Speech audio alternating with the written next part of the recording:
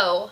Today I'm going to be doing a comparison between Halloween's Michael Myers, Friday the 13th Jason Voorhees, and Nightmare on Elm Street's Freddy Krueger. I'm going to look at kill count, I'm going to look at their gross profits as well as what they actually made after their budgets.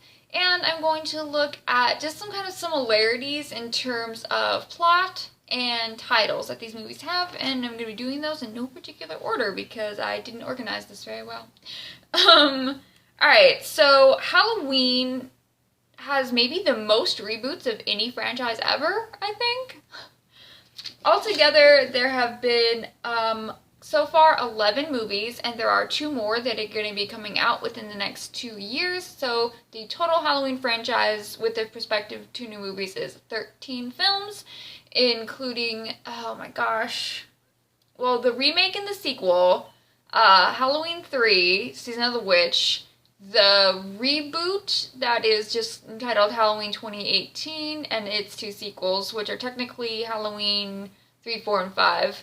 Not to be confused with the already existing Halloween 4 Return of Michael Myers and Halloween 5 Revenge of Michael Myers. It's complicated. Friday the 13th, considerably less complicated. There are 11 movies so far in that franchise, including the remake and including Freddy vs. Jason. Other way around, Jason vs. Freddy, which leads me to Freddy, which is Nightmare on Elm Street, and there are 9 films in that franchise, including Wes Craven's A New Nightmare and the remake and Jason vs. Freddy. So, with all of those movies, so Halloween's Michael Myers, for their kill counts, I just went with whatever cut had the most kills. I didn't include any animals, so Michael Myers has killed a few dogs. I didn't count those. I'm only counting people. I didn't include any kills that they didn't commit, which obviously comes up a lot more in the Friday the 13th franchise, because there are 2 films where where Jason isn't the killer, and there's only 1 film in Halloween where Michael isn't the killer. Of course, that is number 3, Season of the Witch. So, in 10 movies, again, there are 2 more coming out, but in the 10 movies so far, not including Season of the Witch, Michael Myers has killed 127 people, again, going with whatever cut had the most kills, and not counting people Michael specifically didn't kill, for instance, Ben Tramer from Halloween 2. Freddy, in 9 films, counting remakes, has killed 44 people. And then Jason has the highest. Of course, he also has 2 entire films where he didn't kill anyone, that being the first Friday the 13th and the 5th Friday the 13th. And including remakes, he has killed 143 people. About. There are some disputes with that because there's a lot of off screens. Maybe they died, maybe they didn't. I count them as they did die. So 143. But he does have more movies than everyone else. If you average them out, he still has the most kills. Freddy has the least. I love horror movie titles. I think they're very fun, and there are some similarities between some of the titles, as well as some of the plot points these films had started to get a little bit similar. I'll start with, they all had started to have we've all heard of the survivor girl. They've all had at least 1 survivor boy.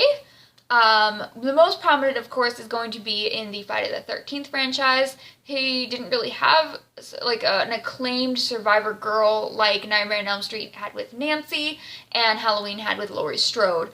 In the Friday the 13th franchise, his main survivor that came back throughout multiple films was Tommy Jarvis, although Tommy Jarvis was always played by a different actor, the first being most notable Corey Feldman. And that would have been in Friday the 13th, 4, 5, and 6. For Nightmare on Elm Street, that's going to be number 2, Freddy's Revenge, which is Jesse Walsh.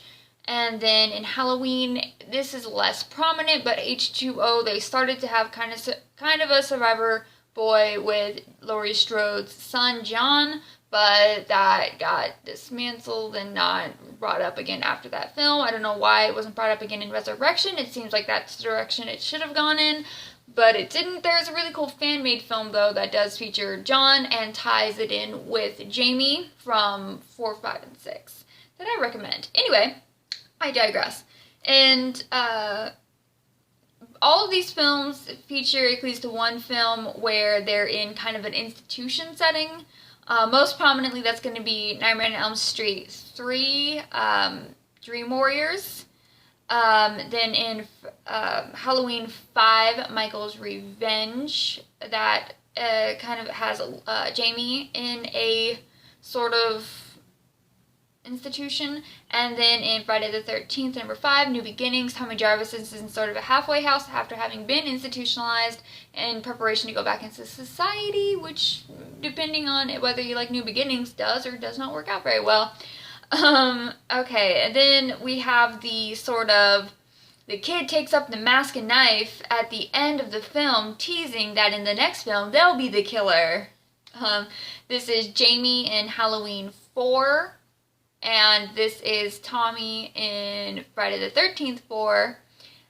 In the next films, neither of them are the killer. However, in Friday the 13th 5, they do kind of tease it like he might be the killer, but it turns out it is someone else who isn't even Jason Voorhees, but I'll get into that in a minute. And this is actually kind of not really teased, but it does kind of seem like they might be getting a new killer in Nightmare on Elm Street 2 with Jesse Walsh, but that is scrapped, and I think that's a little bit disappointing. I think Jesse Walsh is an underrated character, and I'm a little disappointed that he was never brought back in later. Okay, then we get like there's a new killer, then a promise that the original killer will be back. I don't know if that made sense. So, for Friday the 13th New Beginnings, Jason Voorhees is not the killer. In the next film, the title is Friday the 13th Jason Lives, making it obvious that they have brought Jason back. Then you get like Halloween 3, Season of the Witch, where obviously Michael Myers isn't in it at all or even referenced, followed by 6 years later, Halloween 4, Michael Myers Returns. Again, the title making it obvious that the original killer is back, because they wanted people to come and see the movies, I guess. Go figure. Then we get like The Killer Gets Revenge. We have Nightmare on Elm Street 2, Freddy's Revenge, and Halloween 5, Michael's Revenge. I'm going to throw in Jaws' Revenge just because I don't think people like... Everyone seems to hate that movie. It's considered one of the worst movies ever made. I like Jaws 4. I stand by it. Then there's a film that has a finality to the title, which is like your Nightmare on Elm Street 6, Freddy's Dead, The Final Nightmare, and your Friday the 13th, Jason Goes to Hell, The Final Friday. I think there was also Friday the 13th 4, The Final Chapter. It wasn't. Why you do that to yourselves? Then we get like The Survivor Girl Returns, and generally a boost in profits. For Halloween H2O, Laurie comes back. Halloween H4O, the 2018 movie, Laurie comes back again. Nightmare on Elm Street 3, Dream Warriors, Nancy comes back. Nightmare on Elm Street 7, Wes Craven's New Nightmare. The actress playing Nancy comes back to play herself. That made sense. I'm going to throw out Cult of Chucky. They bring the actor who played Andy Barclay back again, which I think is cool. It's on Netflix. I recommend Cult and Curse of Chucky. I think particularly Cult of Chucky is a really fun movie. And I really like what they did with the Andy Barclay character. I just thought it was really hilarious.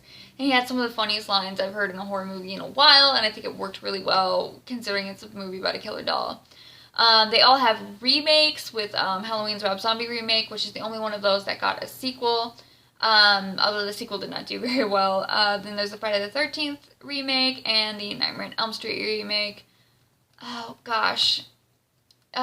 Two of them feature films where the killer fights someone with supernatural powers, with Nightmare on Elm Street number 4, Dream Master, and Friday the 13th 7, New Blood. I guess I could technically throw in Halloween 5, because Laurie then has a psychic link to Michael. Iffy on that one. I think some of them started to go 3D. Nightmare on Elm Street had a 3D movie. Friday the 13th Part 3 in 3D definitely was three-dimensional, unfortunately. So that kind of sums that comparison up. And then in terms of, I just kind of wanted to compare them financially to each other. I have a little chart here.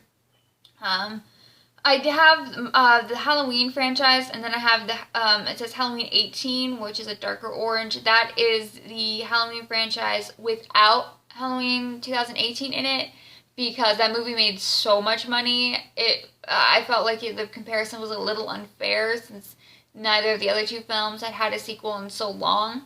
However, Freddy and Jason obviously had a movie where they were together, which made kind of a lot of money too, but Halloween also had an additional sequel to the remake, which the other two films didn't. So I just thought, for a fair comparison, I would look at Halloween franchise with the 2018 film and without the 2018 film.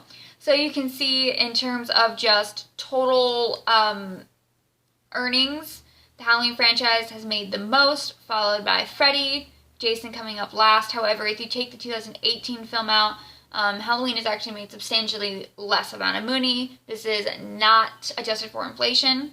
If you average them out, Halloween and the Friday the 13th have made considerably similar. But again, if you subtract out the 2018 film, Halloween is still coming up, making substantially less. If you look at the total minus the budget, and I did multiply the budget times 2, because generally the rule of thumb is before you start having any revenue, you have to multiply the budget times 2. So that's what I did. In which case, then we actually get a little reversal, in which case, because the Nightmare on Elm Street movies had a substantially higher budget, the Friday the 13th movies have actually profited more than the Nightmare on Elm Street movies, despite the Nightmare on Elm Street films having earned more because, again, of their relatively larger budgets. But again, Halloween is coming up last if you don't count the 2018 film. If you do, it is significantly higher. Let's see, if you do it adjusted for inflation, then we have Jason the Friday the 13th films having made more, and considerable amounts more than Nightmare on Elm Street or Halloween, but they almost made the same as the Halloween franchise with the 2018 film, which is impressive. So I just think this is really interesting, and if you adjust for inflation and take the average, then actually the Nightmare on Elm Street films have actually made the most amount of money. I just thought it was kind of interesting to look at it in those terms. I think these franchises are really fun. I don't know. I would say, considering profits, we'll go with Halloween has won because of the new, but up until that, Jason has been the most profitable.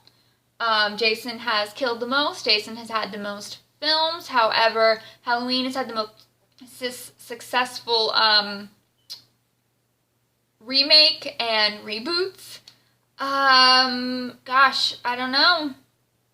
I guess right now Halloween is coming out on top, but prior to 2018, Jason would have been the winner, all things considered. Yeah, that's been a comparison of these 3 iconic horror movie franchises. I hope you kind of enjoyed a look at this in a little bit of an analytical way, as well as being a little bit funny with some of the similarities. I just thought it was kind of interesting how some of their plot lines have kind of overlapped. Halloween, really, Nightmare on Elm Street and Friday the 13th probably would not exist without Halloween. For 1978, it was one of the most profitable independent films ever made. Halloween is certainly one of my favorite films ever, definitely top 10 for me. But I really love John Carpenter. I would say I'm very biased towards a Michael Myers film. I don't know which of these would be the most iconic. I would say probably Jason is made fun of a lot more. But yeah, I don't really know what else to say. I hope you enjoyed the video. What are your thoughts? Who's your favorite of these 3 legendary movie monsters? And have a great day. Happy Halloween.